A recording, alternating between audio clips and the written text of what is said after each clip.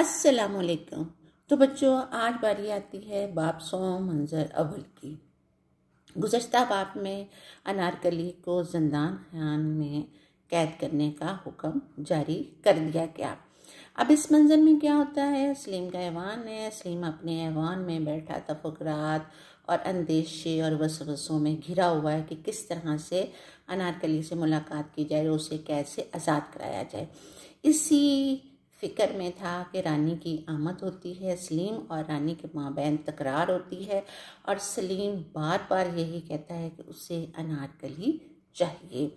चुनांचा अनारकली की हासिल करने के लिए वो आखिरी हद तक जाने को तैयार होता है और अपनी वालदा से ये भी कहता है कि मुझसे ये सब ले लीजिए, इन महलों की इशरत, हिंदुस्तान की सल्तनत, दुनिया की हुकूमत, ख़जानों की दौलत सब ले लें, लेकिन मुझे मेरी अनारकली दे दें और मैं इस अनारकली को लेकर किसी वीराने में चला जाऊं। अभी ये तकरार हो ही रही थी कि सुरैया की आमद होती है और सुरैया इल्तिजाइया अंदाज में सलीम से गुफ्तगू करती है और ये ऐसा पुरअसर अंदाज होता है कि कायरीन की सारी हमदर्दियाँ सुरैया और अनारकली की तरफ राग़िब हो जाती हैं।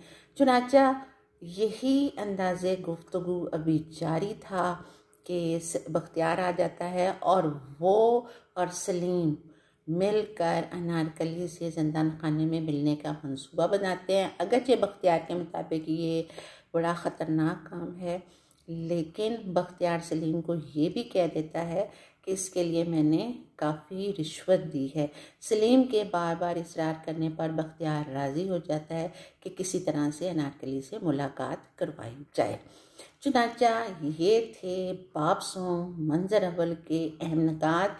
अगले बाब में देखते हैं, अगले मंजर में देखते हैं हम कि अनारकली से सलीम की मुलाकात होती है तो किन हालात में होती है और कितनी देर के लिए होती है, और फिर ज़िंदान खाने का दौराहा उसके लिए क्या तदबीर इख्तियार करता है।